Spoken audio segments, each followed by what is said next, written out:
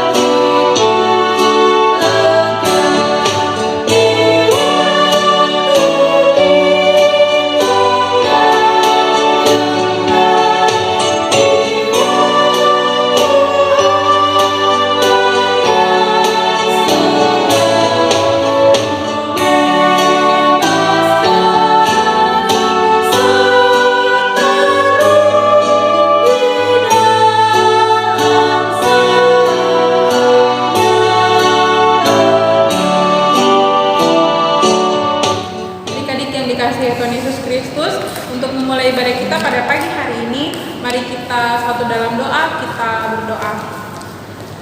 Segala ungkapan syukur kembali kami panjatkan di dalam kehadirat-Mu ya Allah. Terima kasih untuk kebaikan dan kemurahan Tuhan di dalam kehidupan kami di sepanjang minggu lamanya. Hingga pada pagi hari ini Tuhan kembali mengumpulkan kami di dalam persekutuan kami melalui ibadah Teruna GPIB Pamase untuk bersama-sama memuji dan memuliakan nama Tuhan. Bapa dalam kerajaan sorga, kiranya Engkau memberkati ibadah ini dari awal, pertengahan, hingga berakhirnya. Biarlah semua dapat berjalan seturut dengan kehendak-Mu. Baik kami yang sebentar akan mendengarkan firman-Mu, Tuhan juga mau senantiasa memberkati kami ya Tuhan. Terima kasih Bapa dalam kerajaan sorga. Inilah doa dan ungkapan syukur kami. Di dalam nama Yesus Kristus kami sudah berdoa. Amin. Adik-adik, saatnya kita masuk di dalam pembacaan responsorial, dan bacaan kita pada pagi hari ini terambil dari Mazmur 85 baitnya yang ke-9 hingga yang ke-14. Kita baca secara bersama-sama. Doa Mohon Israel dipulihkan. Untuk pemimpin biduan Mazmur Bani Korah. Aku mau mendengar apa yang hendak difirmankan Allah Tuhan. Bukankah Ia hendak berbicara tentang damai kepada umatnya dan kepada orang-orang yang dikasihinya, supaya jangan mereka kembali kepada kebodohan. Sesungguhnya keselamatan daripadanya dekat pada orang-orang yang takut akan Dia, sehingga kemuliaan diam di dalam negeri kita. Kasih dan kesetiaan akan bertemu, keadilan dan damai sejahtera akan bercium-ciuman. Kesetiaan akan tumbuh dari bumi, dan keadilan akan menjenguk dari langit. Bahkan Tuhan akan memberikan kebaikan, dan negeri kita akan memberi hasilnya. Keadilan akan berjalan di hadapannya, dan akan membuat jejak kakinya menjadi jalan. Demikian responsorial kita pada pagi hari ini, dan mari kita kembali angkat pujian dari Kidung Jemaat 454 baitnya yang kedua, Indahnya Saat yang Teduh.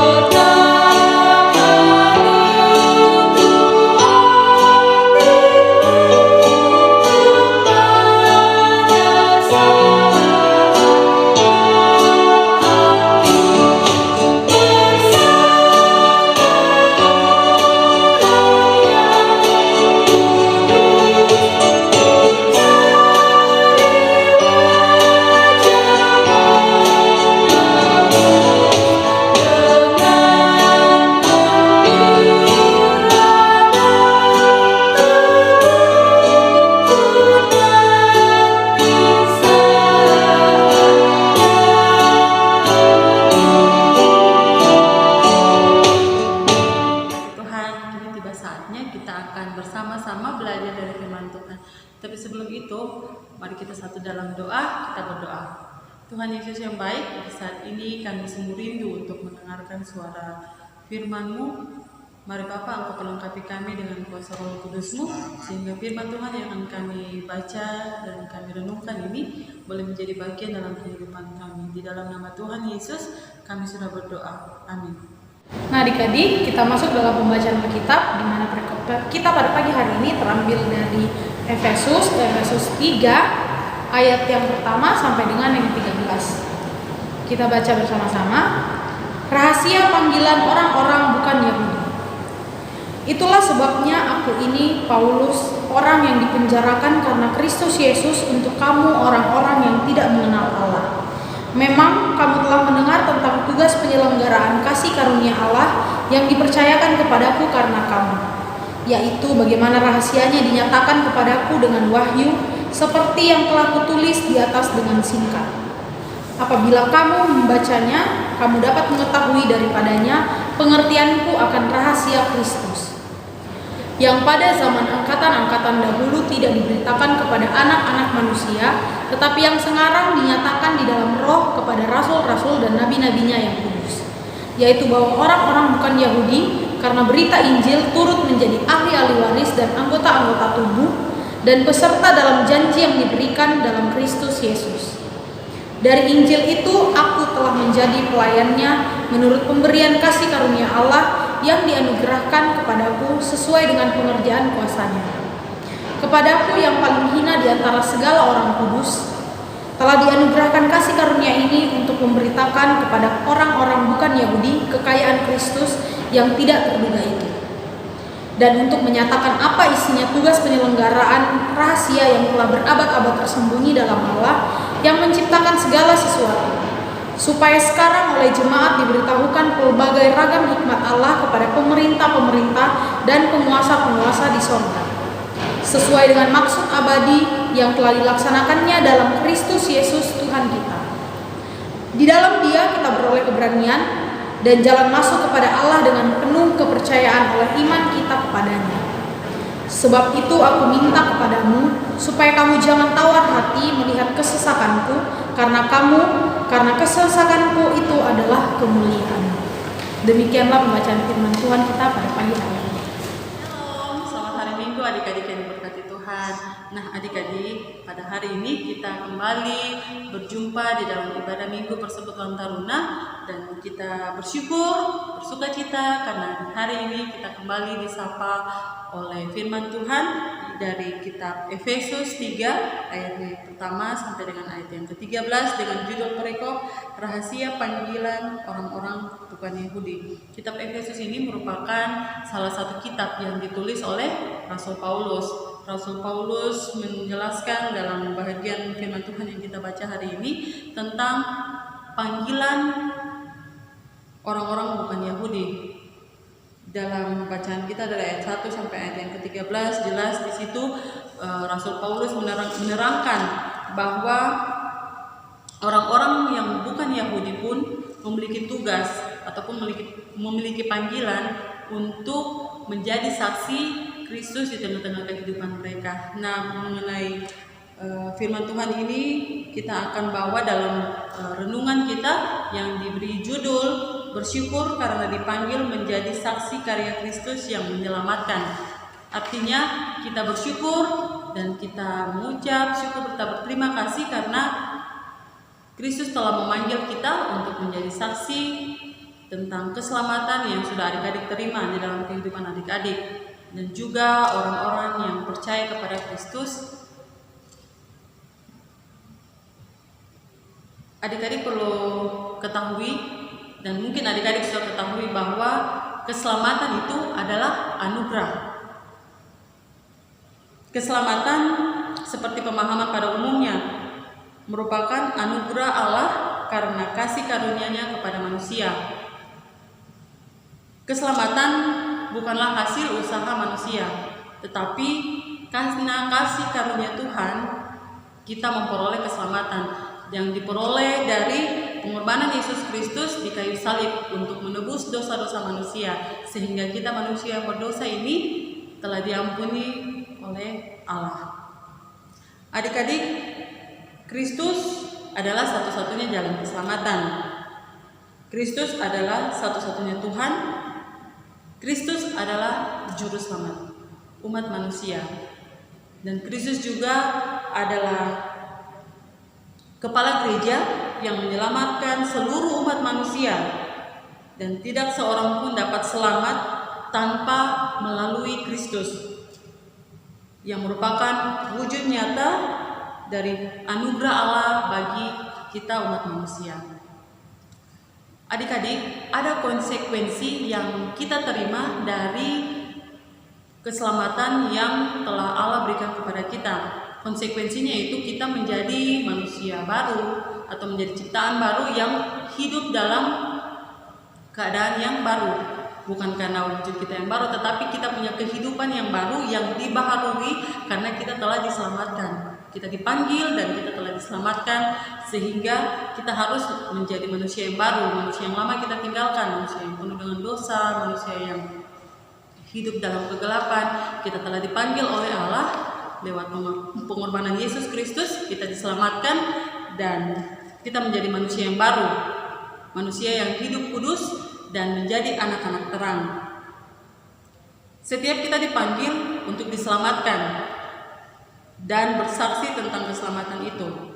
Jadi kita dipanggil untuk diselamatkan dan kita menjadi saksi tentang keselamatan yang telah kita terima dari pengorbanan Yesus Kristus di kayu salib. Ketika kita menjadi saksi tentang keselamatan, kita mempunyai tanggung jawab untuk bisa menuntun orang lain kepada perjumpaan dengan Kristus, dan mereka juga boleh mendapatkan ataupun menerima keselamatan yang sama seperti keselamatan yang telah kita terima. Setiap orang, baik secara pribadi tetapi juga sebagai persekutuan yang disebut tubuh Kristus atau gereja, sama-sama terpanggil untuk menjadi bagian yang bukan saja menerima anugerah keselamatan itu, tetapi sekaligus mengambil bagian dalam respon syukur sebagai alat yang melanjutkan karya keselamatan itu. Setiap orang yang diselamatkan memiliki tanggung jawab yang sangat penting untuk meneruskan karya penebusan atau karya keselamatan itu kepada orang lain melalui seluruh aspek kehidupan.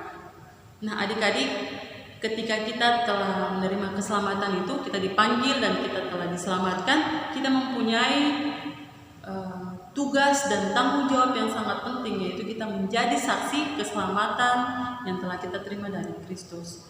Dengan menunjukkan sikap hidup yang penuh dengan kasih, kita bisa menjadi saksi Kristus di tengah-tengah kehidupan di mana saja kita berada, sehingga orang lain yang ada di sekitar kita pun bisa menerima keselamatan sama seperti yang telah kita terima. Salah satu contoh, kita menerapkan hidup yang penuh dengan kasih. Dengan sederhana saja kita menolong orang lain. Misalnya kita menolong teman kita yang susah, kita menolong tetangga kita yang membutuhkan pertolongan.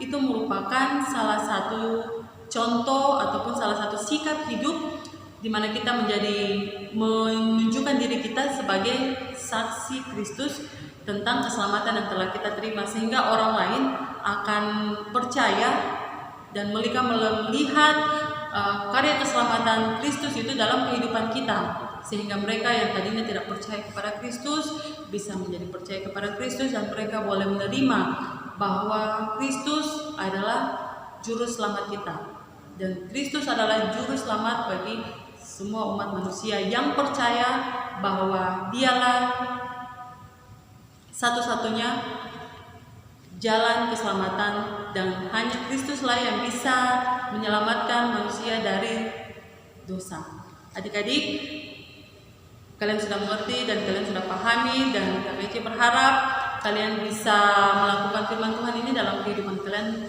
hari lepas hari.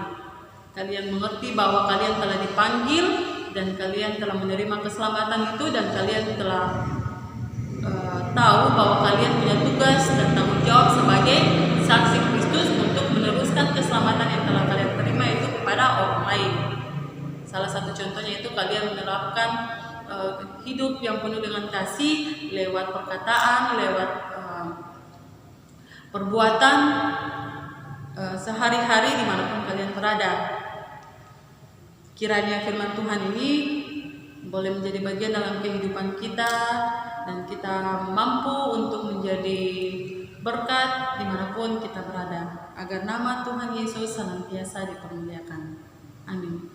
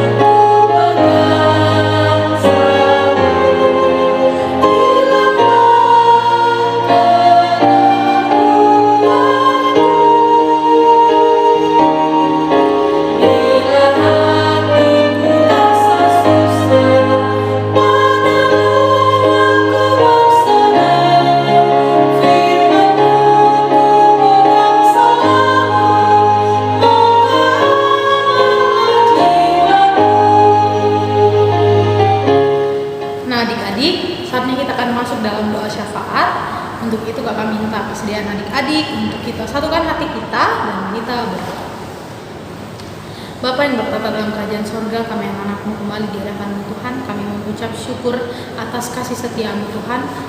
Kami dapat berkumpul meskipun lewat via online, namun kami percaya Bapa semua itu tidak menghalangi semangat adik-adik kami untuk ikut beribadah, untuk memuji dan memuliakan nama-Mu ya Bapa. Ya Bapa, kami berdoa buat adik-adik klien kami yang berada di rumah mereka masing-masing. Tuhan, berikan kesehatan, kekuatan bagi mereka ya Bapa, di mana dalam pembelajaran mereka juga Tuhan masih harus melalui via online. Namun kami percaya Bapa, Engkau memberikan hati pikiran yang baik bagi mereka agar mereka tetap fokus dalam pembelajaran mereka ya Bapa. Berkatilah mereka ya Bapa, tuntun sertai mereka agar apapun itu yang dalam pelajarannya, dalam ketertinggalannya, mereka dapat mengejarnya dengan baik ya Bapa. Ya Bapa, kami berdoa juga buat orang tua dari adik-adik klien kami Tuhan. Berkatilah orang tua dari adik-adik klien kami Tuhan, berikan kesehatan, umur yang panjang, angkat segala sakit penyakit yang mungkin dalam tubuh mereka ya Bapa, agar adik-adik klien kami tetap dapat merasakan kasih sayang dari orang tua mereka, dan orang tua mereka dapat membimbing anak-adik klien kami menjadi anak-anak klien yang baik dan takut akan Engkau ya Bapa. Ya Bapa, berkati juga bangsa dan negara kami ini Tuhan. Kami berdoa buat pemerintah yang memimpin negeri ini Tuhan. Berkati dalam segala upaya yang mereka lakukan untuk mengembalikan kondisi-kondisi dalam keterpurukan di negeri kami ini ya Bapa. Baik juga dengan tim-tim medis dan aparat keamanan yang menjadi garda terdepan dalam menghadapi pandemi yang sedang terjadi di negeri kami ini ya Bapa. Kami mau berdoa bagi mereka semua Tuhan, berkati keluarga mereka, berikan berkat bagi mereka, kesehatan dan kekuatan Tuhan. Engkau mau tuntun, pimpin langkah mereka dalam hari lepas hari Tuhan, dalam tugas dan tanggung jawab yang diberikan kepada mereka ya Bapa. Berkatilah kami anak-anak-Mu Tuhan, berkati juga kakak-kakak lain kami yang telah menyediakan semua ini, menyiapkan peribadahan ini Tuhan. Engkau berkati dalam setiap langkah-langkah mereka, dalam setiap apa yang mereka rencanakan. Engkau mau ikut campur tangan di dalamnya Tuhan. Inilah doa dan permohonan kami Bapa yang kami alaskan hanya di dalam nama Yesus Kristus yang adalah Tuhan dan Juru Selamat kami yang hidup. Adik-adik, berakhir sudah ibadah kita pada hari ini, ibadah hari Minggu Persekutuan Taruna 9 Agustus 2020. Untuk menutup ibadah kita pada hari ini, mari kita menyanyi dari Kidung Jemaat 356, Tinggallah dalam Yesus, bait yang pertama dan bait yang kedua.